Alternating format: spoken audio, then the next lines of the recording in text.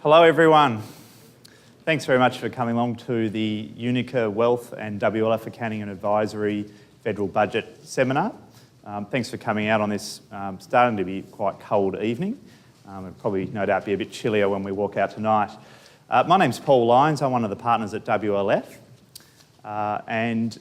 Thank you, as I mentioned, for coming along. Last year we had the event on premises at where UNICA and WLF is, and due to popular demand we've had to move down the road to the stables building here, which is really great, and I thank you. I think there's around about 80 people in the room, so thank you for coming out and joining us. For those who don't know UNICA Wealth, UNICA are now 3 years old, and they're a specialist and boutique financial planning operation. They operate out of the same building as WLF, and they're headed up by, as many of you would know, the Managing Director, Dominic Mulcahy, who unfortunately couldn't be here tonight. But we also have a number of other UNICA people as well as the two presenters tonight. And they specialise in a broad range of financial planning and wealth accumulation advice and strategies. Also, WLF has been around for over 125 years. It has 12 partners and around 70 staff, and we specialise in a range of different industries and different expertise as well, from personal and family groups through to private business, right up to corporate and listed companies and not-for-profit sector as well. Our presenters tonight are Marg Marshall, who is WLF's lead tax specialist partner. She helps us throughout the firm, both WLF and UNICA, with all our tech-related queries, and so she's one of Tasmania's best tax specialists, and certainly also one of the best in Australia as well. So I thought I'd throw that in. So I'm pumping up her tyres a bit, so I'm looking forward to a good presentation tonight. We also have Duncan McGill and Cameron Pereira from UNICA as well, who they are their private wealth specialists from UNICA. Both of these guys have a huge range of qualifications. I was going to read them out tonight and then realised the time doesn't permit, and a large range of experience as well. And they specialise in working with family groups and personal individuals, as well as some not-for-profits as well, around strategies around wealth accumulation, protection and so forth as well. So just to give you an indication of the format of tonight, Marg is going to be talking about the budget from business and an individual perspective, and then Duncan and Cameron will then talk about some of the implications of the budget announcements for wealth accumulators and retirees, and they'll also go back to last year's budget and look at what has now become legislation. So what we find is we have all these announcements, but then they actually have to be legislated. So some of them get tweaked, changed, some of them don't get through, some of them do. So that'll be good just to recap on that. At the end, we'll have some questions. So if anyone's got any questions, build them up and then we'll open the floor up. And then we'll finish with some drinks and nibbles, which we'll have out in the foyer. So we'll finish around about 5. And then, out the foyer, hopefully you can all stay around for a drink and a nibble or two. We also are filming tonight's presentations as well. The filming is just from the front here onwards, and we'll also be turning off the cameras for the questions. So if you want to ask any curly questions, then there'll be no recording of those. Finally, the restrooms are straight out the door that you came in, right on the back wall to the right, if you need to use those. So without further ado, I'd like to hand over to Marg Marshall. If you could put your hands together, that'd be great. Thank you.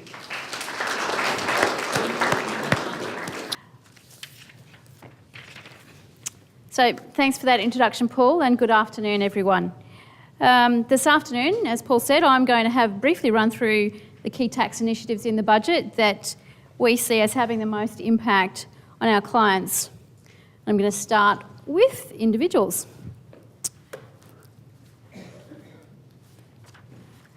And to be absolutely honest with you, there's actually not a lot in it, despite the rhetoric that has in the build-up. There's not a lot in this for individuals, but Mr. Morrison does have a plan.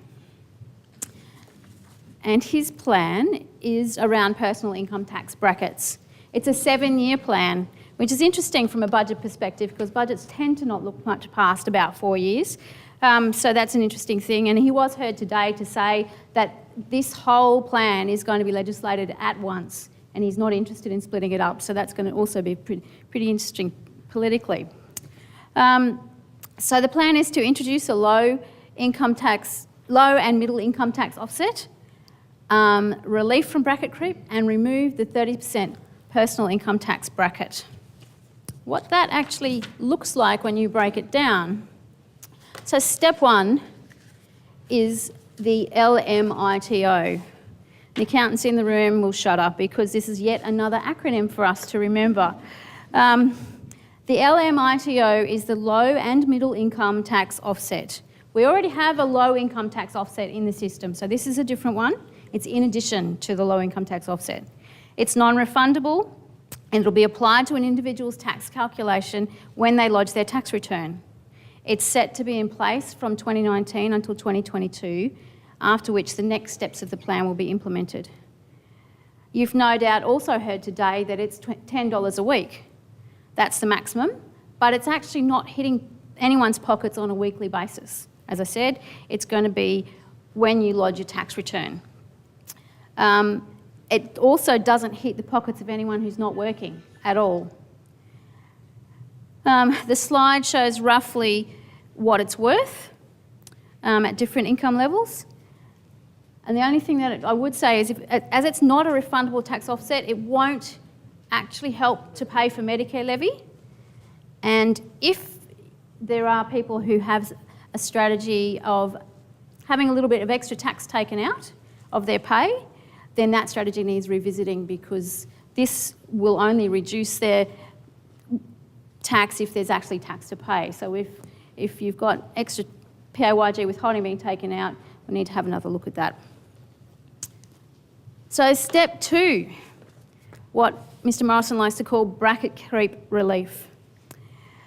This is going to be provided in two stages. So firstly, from July this year, those earning up to $90,000 will now be in the 32.5% tax bracket. So that's up from $87,000, which some of you will remember was a change last year.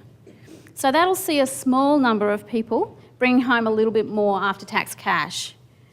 The second stage of the so-called bracket creep relief kicks in 4 years' time. So with a bit more tweaking of marginal tax rate. So there's a recognition here that earning $40,000 is actually a low income. As you can see on the slide, the 19% marginal tax rate, which is the lowest rate, is going to top out at $41,000. So what we've got is the 32.5% increasing to $90,000. We've got an increase in the low income tax offset, not to be confused with the low and middle income tax offset. And then we've got that change to the 19% tax bracket. And then in 2022 as well, the top threshold for the 32.5% rate is going to increase from $90,000 to $120,000. The third and final step in Mr Morrison's plan is to flatten the tax rate. The majority of Australians on middle incomes will pay roughly the same percentage of tax. They're going to do that by completely pulling out the 37% tax bracket. And so anyone on an income between $41,000 and $200,000 will pay tax at a marginal rate of 32.5 cents. There's no change to the top marginal rate of 45%. So that's what the tax tables look like if you compare what we've got for the right now, 2018, to what it will look like in 2025 if all of this goes according to plan.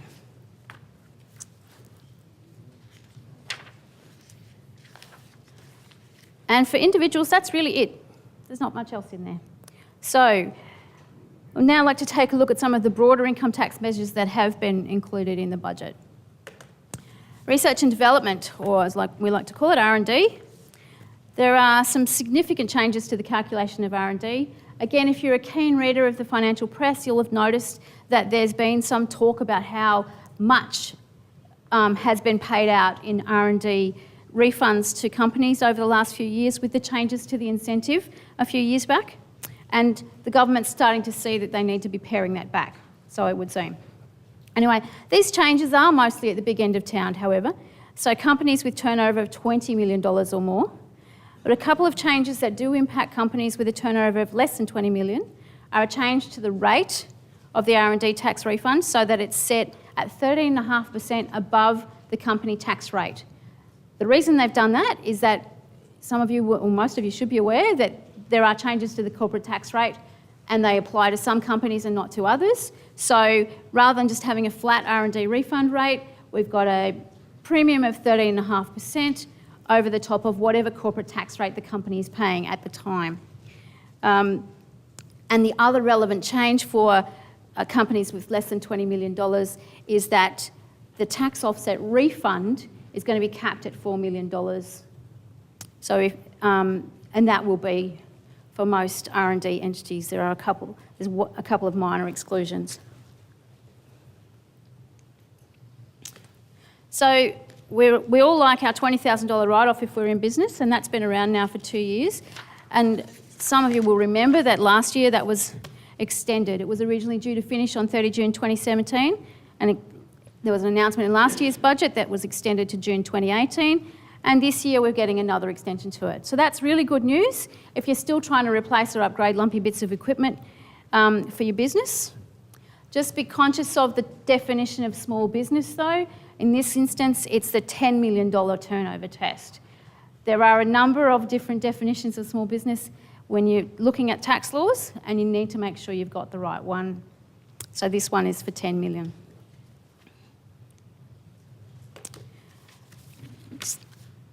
This one's kind of technical, and it makes the accountants shudder again. But it is a bit of a relief really to those of us who advise in this space.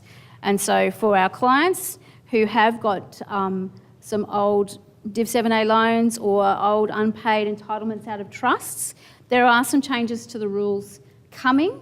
Some of them were announced in last year's budget, but that's all we got, an announcement. And we've been talking internally for a while now about what's happening, what are we going to do with these things, and there's been nothing from the government. They've heard us and they've extended the start date from 1 July 18 to 1 July 19. So that's pretty good news, at least to give us some breathing space, but there'll be more to come on that. And once we know more, we'll let you know.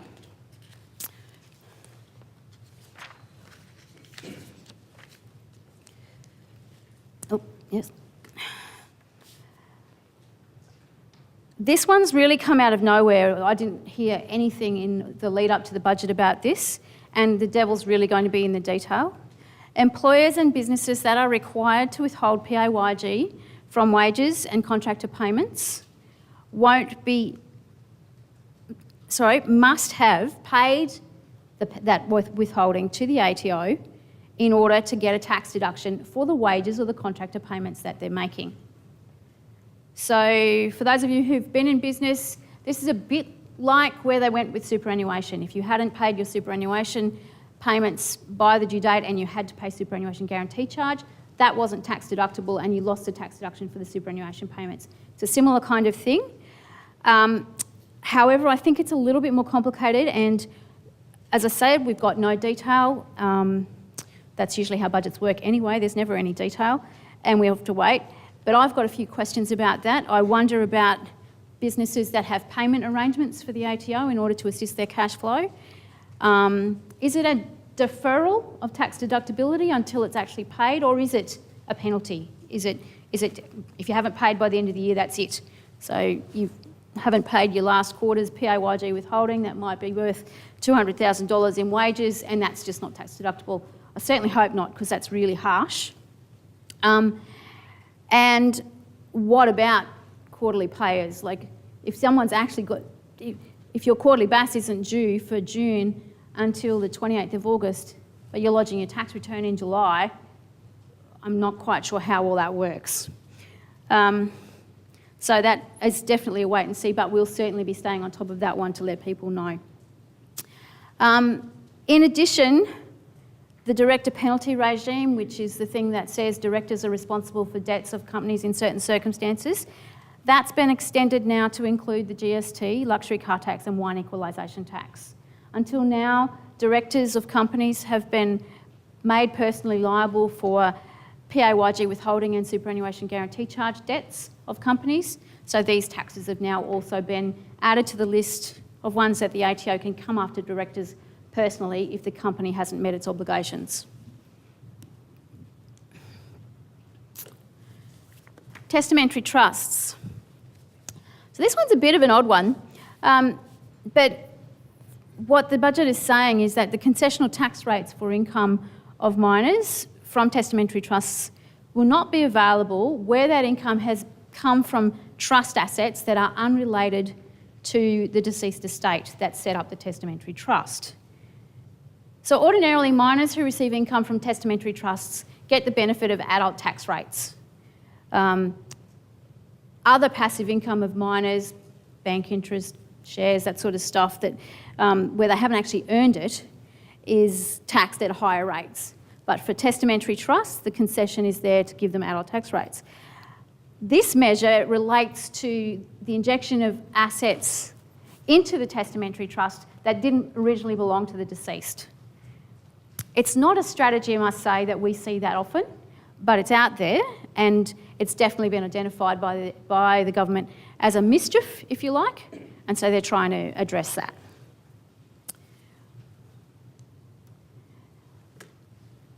ATO compliance. This one's a good one. This $130 million is only a chunk of, there's actually in total about $600 million over the next 4 years that's been targeted for the ATO, which says to me that they are gearing up.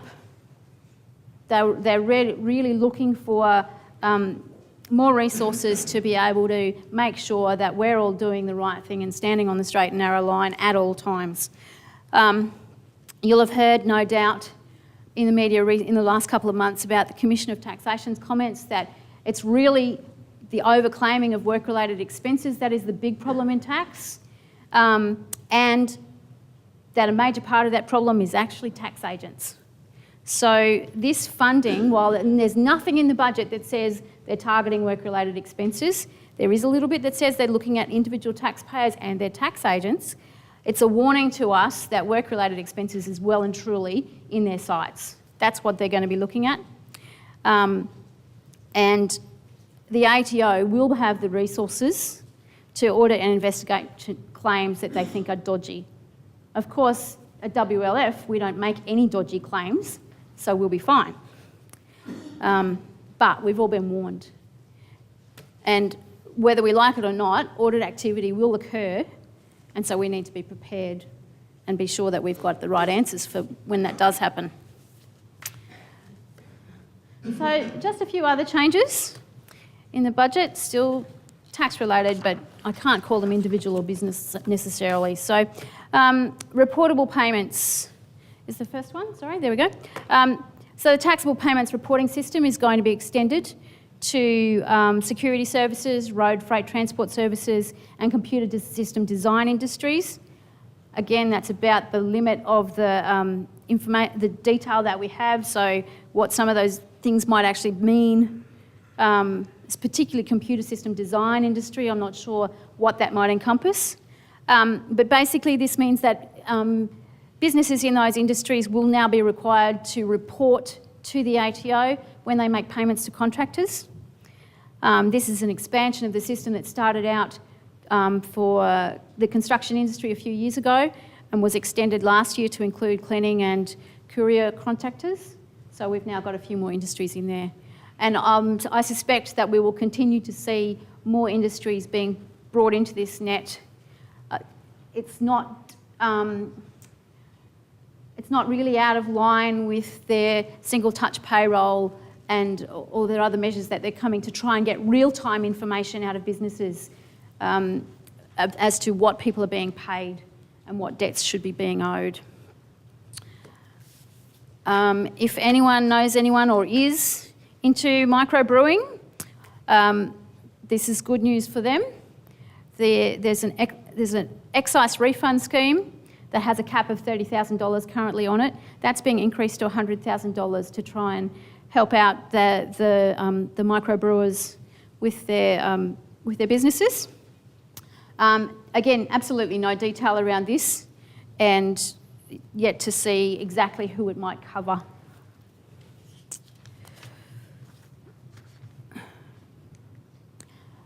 Cash payments.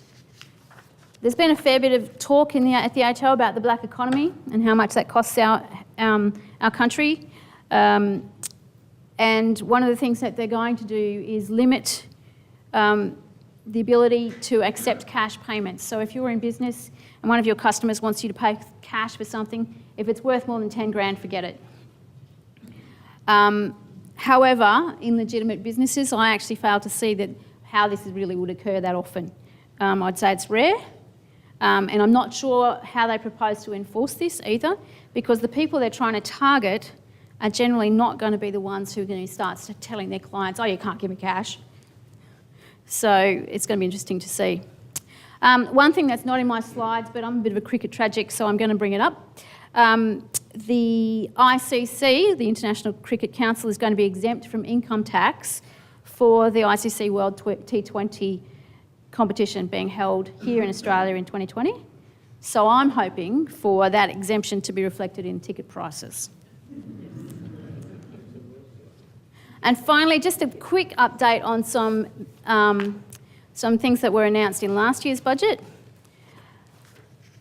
So the Medicare levy remains at 2%. Some of you will remember that it was going to be increased to 2.5% in order to pay for the NDIS. The government now says that they can afford the NDIS, they don't need to be getting the money from us.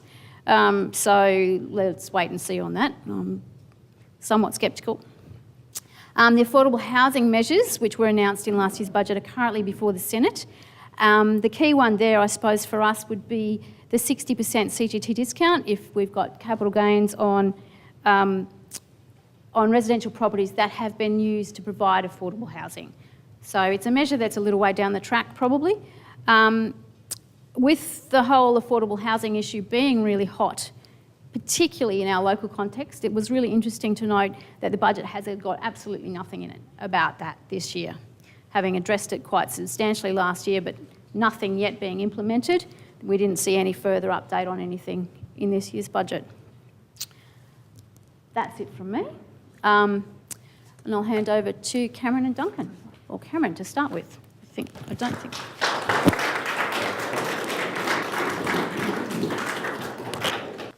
All right. Thanks, Mark, for that excellent update on the tax rates. I won't cover that sort of stuff too much. It's a little bit too many numbers for my liking, but there's been a fair bit in this budget, nothing major. So, I mean, as financial planners, we're always looking for whether there's some opportunities for our clients and whether there's any particular threats that we see coming up to their overall plans, now whether that be retirement plans or whatever it may be. So what we're, I suppose, most interested in are particularly the superannuation changes. Fortunately, in this budget, there weren't too many changes given the amount that we've had over the last few years. So that's, I suppose that's one of the better things out of this budget, that there haven't been too many significant changes, but there have been plenty of bits and pieces which I think actually provide a lot of opportunities for people, and I'll run through those as well. So as I said, there's some changes to around some tax cuts. There's also the flattening of the marginal tax rates over the next 7 years. So as I said, I won't re-talk about that stuff. And there's been some minor changes to the superannuation systems, particularly around low balances. Retirement income framework, it was a bit of a sort of catchphrase last night, and there's some, what I see as quite significant changes for some people that will provide quite a bit of an impact particularly in later years of retirement, and we'll run through those as well. That ties in with the social security side of things, and also a few changes around aged care. So the superannuation changes that came in, now this one is particularly focused on low balance accounts. So they're talking about under $6,000 for someone who's under the age of 25, and basically putting a cap on fees of about 3% each year. So what they're trying to do is prevent someone from having a part-time job, maybe while they're studying, they have a small balance in super that's a couple of $1,000, and before they get around to doing anything with it, it's eaten up in fees. So that's one of the changes there. Inactive accounts, the tax office will be able to basically do a sweep of those accounts, and they're providing some extra funds to try and data match those funds into someone's probably main superannuation account. One of the few changes around superannuation contribution rules is that previously you had to meet a work test to make a superannuation contribution after the age of 65. There's been some relaxation around that in saying that if someone has retired after the age of 65, within the next 12 months, they can make a $100,000 super contribution, provided that their balance is less than $300,000. So it potentially opens up an opportunity for someone. And that's in addition to the super home downsizer scheme, which was announced last year, which comes into effect on July 1.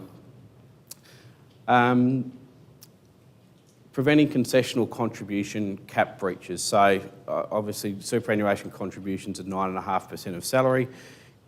For some high income earners, and the cap is only $25,000, then their 9.5% puts them over that. So there's some options for some salaried employees to say that they would want to take that salary rather than it going into super contributions. And just some extra checks, which I thought was already in place, but apparently not, around making sure that people are lodging a notice of intent to claim a tax deduction with their super fund before actually claiming a tax deduction for it.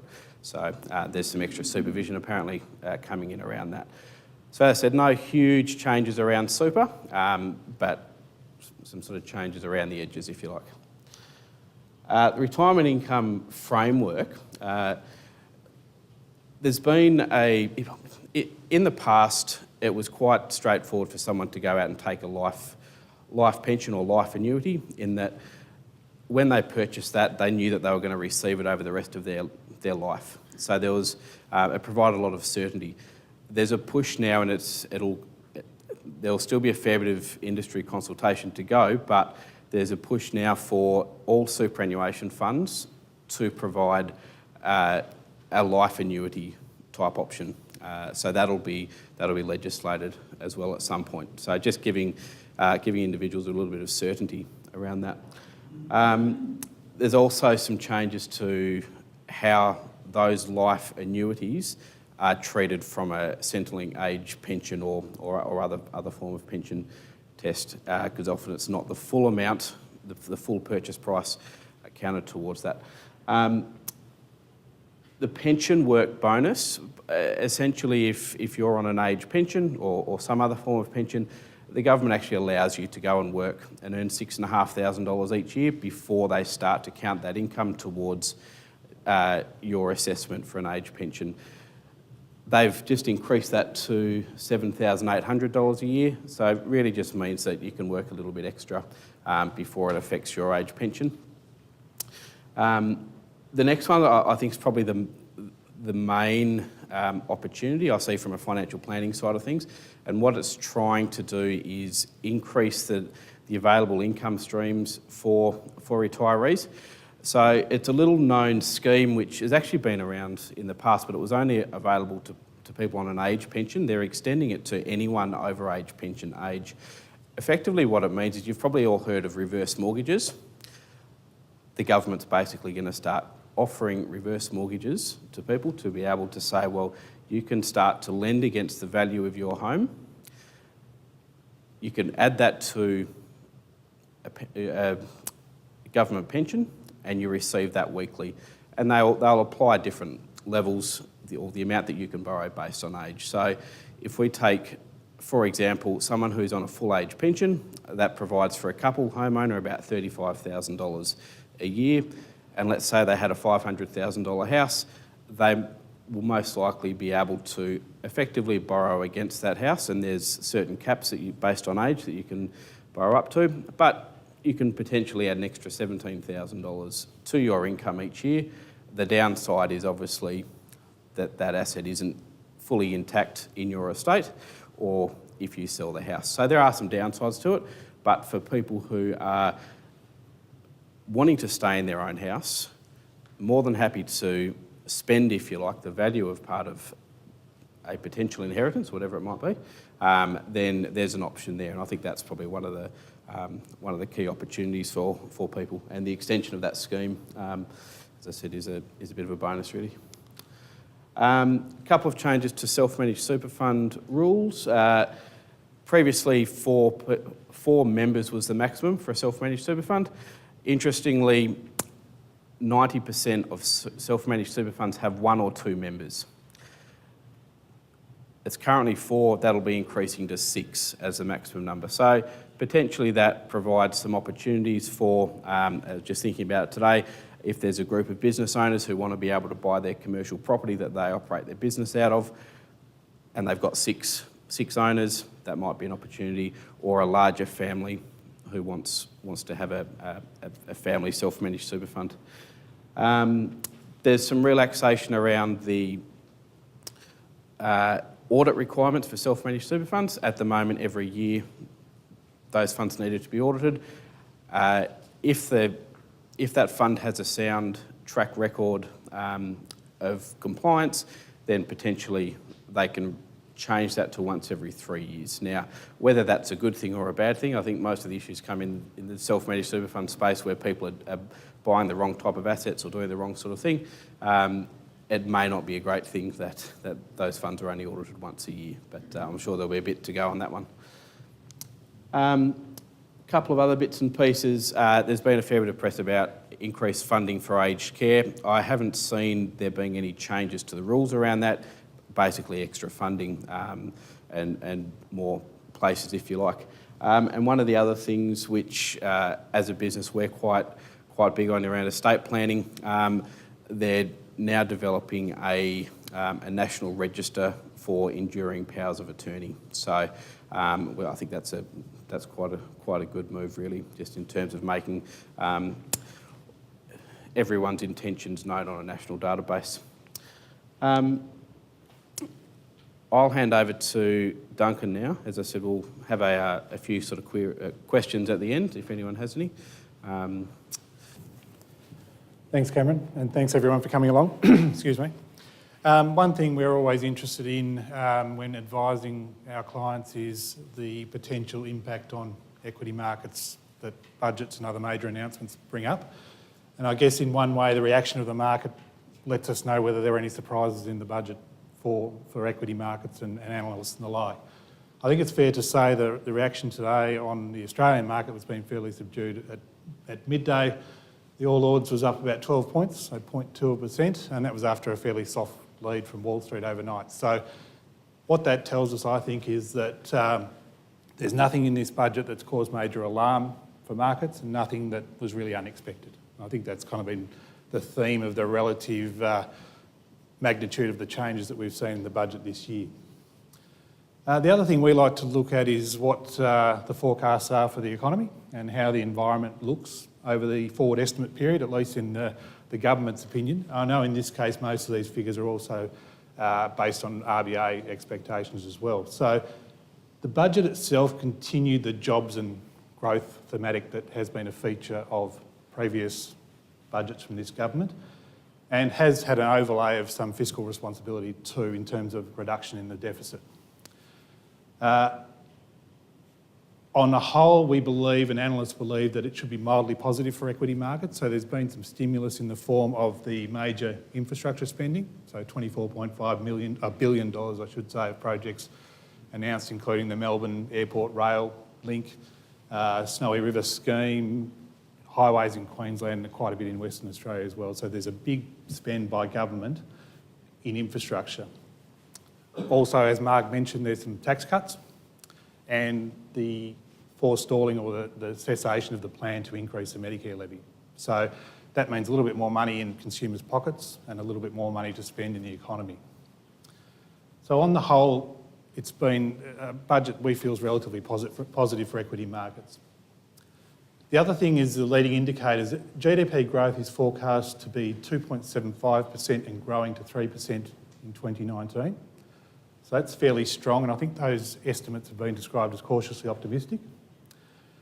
Public funded investment is a key driver of growth in the economy, and that's those infrastructure projects. Private CapEx is still lagging, and that's a legacy of the downside of the mining boom.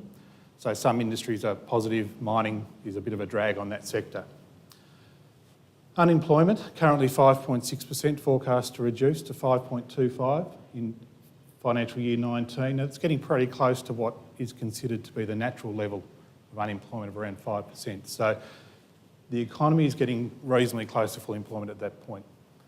That in turn then is forecasting a return, I suppose, for the first time in a long time of some wage growth. And the estimate there is wage growth increasing to 2.75% in the 2019 year. That's an important indicator as it shows some strength in the economy, but also overlays with the question of inflation. More spending in the economy, potentially higher prices, potentially increase to inflation, which then might also lead to increase in interest rates, and that's a particular concern for equity markets. I think the reaction of the market today obviously shows there's no particular inflationary or interest rate concern caused by today's budget. So it's a bit of a steady as she goes from the market perspective. I think most economists are predicting one rate rise this year. Many had predicted two, but revised their predictions down as wage growth and CPI increases have remained relatively subdued this year. So in a nutshell, a bit of a steady as she goes budget from market's perspective, and nothing in there that really sees us change our view on equity markets. We're reasonably comfortable being fully invested at the current time. As we mentioned, whilst it's been a quiet year this year, last year was sort of anything but from a superannuation perspective. A number of the measures that were announced in last year's budget came into effect on 1 July this year, 2017, so have been in place for around 10 months. But quite a number of them start from 1 July this year, 2018. And I thought we'd go through a couple of those because there's a couple of things we might want to be aware of at 30 June and then some things to think about as opportunities arise for the next financial year. Contribution caps. So a relief this year has been no change. So they've been tinkering with them on and off over a number of years, but we're still here with $25,000 concessional contribution cap, $100,000 non-concessional, and still the bring forward for certain people, $300,000 in one particular year. So those caps haven't changed. We've lived with those now for 10 months. The total super balance and the limits that places on your ability to make non-concessional contributions hasn't changed. So once your total super balance at the end of a financial year exceeds $1.6 million, you have no opportunity to make further non-concessional contributions in future years. That brings up something to think about this year. So if you're in a position where you're nearing that cap, and this is when you look at your balances at 30 June 2017, there will be some opportunities for you this year to make non-concessional contributions, and depending on how close you are to the cap, that could be $300,000, $200,000 or $100,000. So something to think about before the end of the financial year in terms of maximising your capacity to transfer your wealth to superannuation where appropriate. Ability for employees to make personal deductible contributions. So the current financial year is really the first time this has been available, generally speaking. So this has been previously something only available to self-employed people. From 1 July 2017, anyone can make a personal concessional contribution and claim a tax deduction for it. And that's within that limit of $25,000. So it's a really important tax planning consideration before the end of this financial year. So that, if you're looking and if it's beneficial for you to maximise concessional contributions, an opportunity you want to take advantage of, you'll need to do it by 30 June. So that's an important one for people to think about as we come up reasonably close to the end of the financial year. Moving on now to some of the new initiatives that were announced last year and have been legislated and will take effect from 1 July 2018. The first one there is catch-up contributions. So when the government imposed lower limits on how much money you can get into superannuation, that in a way penalised people who perhaps haven't had the opportunity to do that younger in life, but maybe have some assets and other resources to be able to boost their savings later in life. But because of these new caps, they haven't got the opportunity to do so. So I think there's a couple of measures to try and soften that for people. And one is the catch-up contribution. So you've got a limit of $25,000 a year, but perhaps in a particular year or a normal year, you only make $10,000 of concessional contributions. From 1 July 2018, you're able to carry forward your unused cap for up to 5 years. So in future years, you may in fact be able to make a larger contribution than $25,000, claim a tax deduction for it, and in that way not have lost the benefit by virtue of your position in those earlier years. So that's really one to take into account for future years. And that carry forward is only a cumulative thing from next year. So really for that to have real teeth, it's going to be a little bit down the track. The superannuation home downsizer scheme is an interesting one. This was in part a measure to increase housing stock, so encourage older Australians who are thinking about downsizing their house to do so, and giving them an opportunity to add money into superannuation as part of that plan. So you need to be over 65. There's a range of conditions. It needs to be a principal residence. I think you need to have owned it for 10 years, and there's a few other eligibility requirements. But after that point, if you enter a contract for the sale of your house after 1 July 2018 and you meet all those conditions, you can put $300,000 into your superannuation account. It's a non-concessional. It doesn't count towards your contribution cap. It doesn't matter if it doesn't impact your total superannuation balance. So for a couple, this could amount to $600,000 going into super. So it's quite a powerful tool potentially. Importantly, there's no need to buy another house, and there's no need to downsize your house. So it might be something that if you're planning on selling your house anyway, is something that's an option for you. We're a little bit not sure about how many people are deliberately going to downsize by virtue of this being something being available. So I guess time will tell in that regard. But it's quite a significant opportunity for people who fall into that category. The last one, the smaller one, was the First Home Super Saver Scheme, and this was aimed at first home buyers using the superannuation system to help accelerate their saving for a home deposit. Subject to limits and obviously some criteria, and also the willingness and capacity of the particular fund to actually support the scheme. So in terms of that, people can make additional contributions and elect to have a portion of their contribution deemed to be a first home saver scheme. After a period of time, they're able to then ask for that to be refunded to them to then use as a deposit for a house. The benefit being some tax savings along the way, perhaps other than as compared with saving it in your own name, and possibly the ability to access some of your super contributions that would otherwise have been locked away until you meet a condition of release, which is normally retirement. So just a smaller measure there, but one that's got quite a few criteria that really need to be thought about, I think, before anyone moves on, or if anyone has any children who are looking at using that scheme. Certainly well worth getting some advice beforehand. So I think that covers the recap. So there's a couple of matters there, and obviously we encourage you to talk to WLF or UNICA, your normal advisor, if you're in any position pre-30 June and that you might be able to take advantage of some of those opportunities. We normally put our photos up, so it's a UNICA advice team in case you weren't aware. And we are required, as always, to do the legal bit, and that is just to let you know this presentation obviously is general in nature, doesn't take into account your personal circumstances, so please take it as general advice. And if you are looking at investigating your own circumstances, please don't hesitate to let us know.